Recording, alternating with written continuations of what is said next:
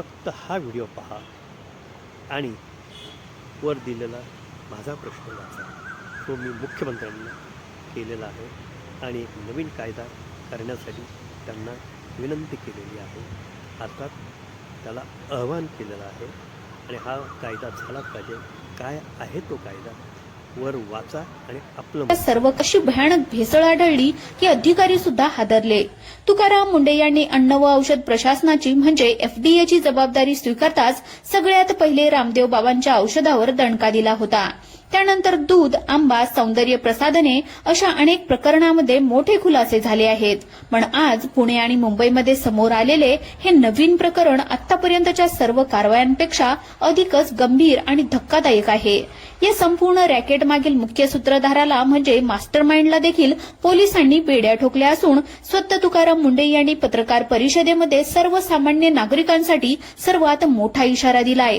मग कोणती आहे ती वस्तू? पुणे आणि मुंबईतील धाडीमध्ये नेमकं काय सापडलं आणि या वस्तूमुळे तुमच्या आरोग्याला कोणता मोठा धोका निर्माण झालाय? चला जाणून घेऊयात हा संपूर्ण सविस्तर आणि डोळे उघडणारा विशेष रिपोर्ट. 25 मे रोजी आयपीएस अधिकारी तुकाराम मुंढे यांनी राज्याचे अन्न सुरक्षा आयुक्त म्हणून अन्न व औषध प्रशासनाचा एफडीए अधिकृत पदभार हाती घेतला. त्यांनी कार्यभार स्वीकारताच पहिली मोहीम सुरू केली, safe food, safe drug, safe Maharashtra. Tukaram मुंढेची प्रशासकीय कारकिर्दी पाहता भेसळखोरांच्या आधीच धाबे दणाणले होते. पण साहेबांनी सुरुवातच एवढ्या मोठ्या नावापासून केली की संपूर्ण यंत्रणा हादरली. त्यांनी थेट पतंजलीच्या दिव्य फार्मसीवर औषधांचा दणका दिला. मुंबई, पुणे, नाशिकमध्ये कोट्यवधींचा साठा जप्त करण्यात आला. यामध्ये दृष्टी आय ड्रॉप आणि मधुग्रीड सारख्या औषधांचा समावेश होता, ज्याच्यामध्ये भ्रामक दाव्यावर कारवाई करण्यात आली.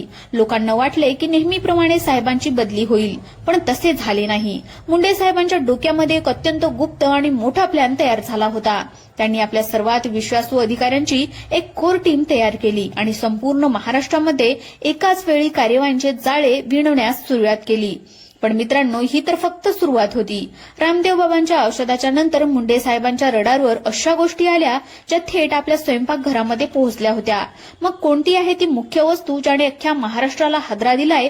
कोणती आहे ती वस्तू जी घरामध्ये सापडली तर आता थेट कारवाई होणार? ते आपण पुढे पाहणारच आहोत. पण त्याआधी पुण्यामध्ये नेमका कोणता थरार घडलाय ते पाहून घेऊयात. मुंढे साहेबांच्या आदेशानंतर पुणे विभागाचे सहायुक्त अन्न दिवा भोगावडे यांच्या नेतृत्वाखाली पुण्यामध्ये सर्वात मोठी मोहीम राबवण्यात आली. पुरंदर तालुक्यातील सोनोरी आणि बोबगाव येथील एका आंबा प्रक्रिया केंद्रावर 12 आणि 13 जून रोजी विशेष धाड टाकण्यात आली. तिथे जे पाहायला मिळालं ते अत्यंत भयंकर होतं. एकाच ठिकाणाहून तब्बल 5700 किलो सडलेले, अत्यंत निकृष्ट दर्जाचे आणि कीड लागलेले आंबे जप्त करून नष्ट करण्यात आले. त्याची बाजारभावाप्रमाणे किंमत 2,85,000 रुपये होती.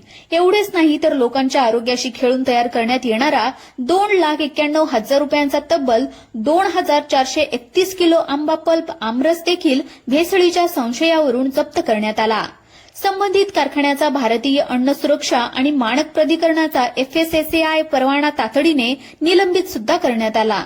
दुसरीकडे 18 किलो पॅकबंद आणि 710 किलो सुटा हापूस आमरस असा एकूण 73,520 रुपयांचा संशयास्पद साठा हा जप्त सुद्धा करण्यात आला. उन्हाळ्यामध्ये आणि सणासुदीला तुम्ही जो आमरस आवडीने खाता तो अशा सडलेल्या आंब्यांपासून बनवला जात होता. यासोबतच पुण्यातील वडगाव शेरी येथील एका नामांकित डेअरी अँड स्वीट्स दुकानातून खरेदी केलेले पेढे खाल्ल्याने काही नागरिकांना तीव्र अन्नबाधा झाली होती. मुंढे साहेबांच्या टीमने तत्काळ तिथे धाड टाकून पेढ्यांचे नमुने जप्त केले. ते प्रयोगशाळेमध्ये पाठवले आणि त्या दुकानाचा व्यवसाय तात्काळ बंद करण्याचे निर्देश दिले. तसेच शिरूर तालुक्यातील पाबळी येथे राहत्या घरातून प्रतिबंधित अन्नपदार्थाची अवैध विक्री करणाऱ्याला अटक करून शिक्रापूर पोलीस ठाण्यामध्ये गुन्हा देखील दाखल करण्यात आला. आंबे, पेढे आणि प्रतिबंधित पदार्थाचे हे रॅकेट उद्ध्वस्त केल्याच्या नंतर मुंढे साहेबांची नजर मुंबईकडे वळली. पण तरीही मुख्य सस्पेन्स कायम होता. अंधेरीतील क्रिया एंटरप्राइजेसवर टाकलेल्या छाप्यामध्ये अस्तित्वात नसलेल्या बनावट कंपनीचा पत्ता टाकून कोणतीही एक्सपायरी डेट न लिहिता 29,84,000 रुपयांची सौंदर्य प्रसाधने विकली जात असल्याचे उघड झाले. यानंतर मुंढे साहेबांनी मुंबईतील रस्त्याच्या कडेला असणाऱ्या खाऊ गल्ल्यांकडे मोर्चा वळवला. मुंबईमध्ये गरम गरम वडापाव किंवा भजी वृत्तपत्रांच्या कागदामध्ये गुंडाळून देण्याची जुनी पद्धत आहे.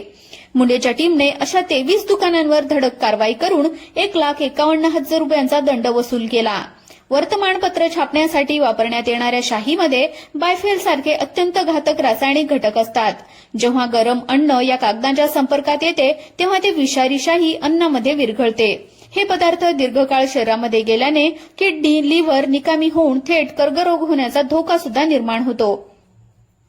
वडापाव आणि भजी देणाऱ्या वृत्तपत्रावर बंदी आणून मुंडे साहेबांनी सर्वसामान्यांना सर्वात मोठा दिलासा दिलेला आहे. थरार अजून सुद्धा बाकी होता, कारण ज्या वस्तूचा शोध घेण्यासाठी तुकाराम मुंडे स्वतः मैदानात उतरले होते तर ती वस्तू वडापाव किंवा कॉस्मेटिक नव्हती. मग कोणती आहे ती वस्तू ज्याने अख्खा महाराष्ट्राला हादरवून सोडलंय? कोणती ती वस्तू आहे जी प्रत्येक घराघरामध्ये सकाळी लागतेच? सस्पेन्स आता संपणार आहे, कारण पुढच्या काही मिनिटांमध्ये मुख्य मास्टरमाइंडचा पर्दाफाश होणार आहे. आता आपण थेट त्या मुख्य विषयाकडे येऊयात, ज्याचा शोध घेण्यासाठी मुंडे साहेबांनी रात्रीचा दिवस केला. ती वस्तू म्हणजे दूध आणि त्या शेजारी असणारे अन्नपदार्थ. आपल्याला माहिती आहे की महाराष्ट्रामध्ये दुधाळी भेसळ हा किती मोठा प्रश्न आहे. FSSAI सारख्या आकडेवारीनुसार तपासलेल्या नमुन्यांपैकी तब्बल 41% दुधामध्ये पाणी आणि 12% दुधामध्ये डिटर्जंट आणि 8% दुधामध्ये युरिया सापडते. दुधाचा पातळपणा लपवण्यासाठी आणि ते घट्ट दाखवण्यासाठी त्यामध्ये स्टार्च, मैदा आणि नायट्रोजनची पातळी वाढवण्यासाठी थेट युरिया खत मिसळले जाते. त्यानंतर पांढरा शुभ्र फेस आणण्यासाठी कपडे धुण्याचा डिटर्जंट किंवा शॅम्पू वापरला जातो, ज्यामुळे माणसाला थेट कॅन्सर होऊ शकतो. उन्हाळ्यामध्ये दूध खराब होऊ नये म्हणून त्यामध्ये सोडा आणि हायड्रोजन पॅरॉक्साईड टाकले जाते.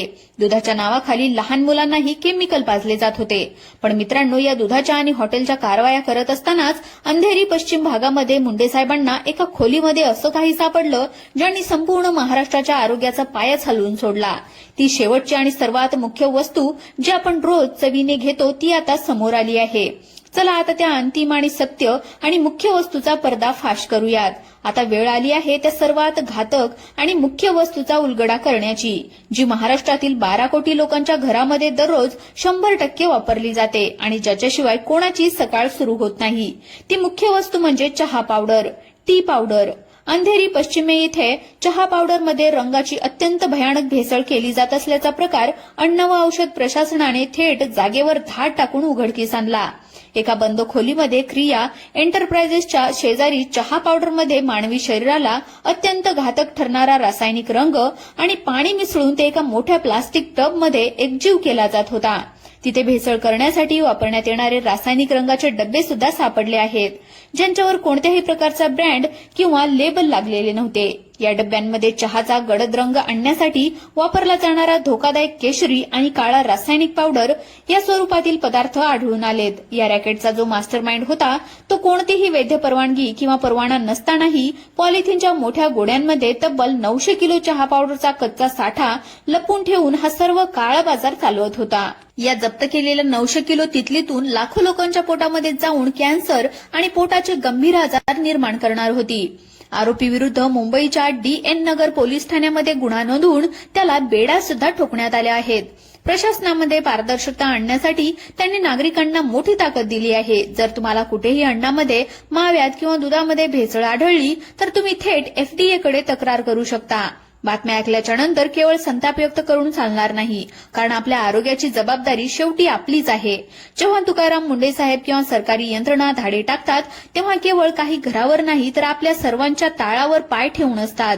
परंतु दररोजच्या आयुष्यामध्ये आपण सतर्क राहिलो तरच भेसळीचे रॅकेट आपण कायमचे उद्ध्वस्त करू शकतो. हे बदल घडवण्यासाठी आम्हाला एक नागरिक म्हणून सध्या काही अत्यंत महत्वाच्या स्टेप फॉलो करावे लागतील.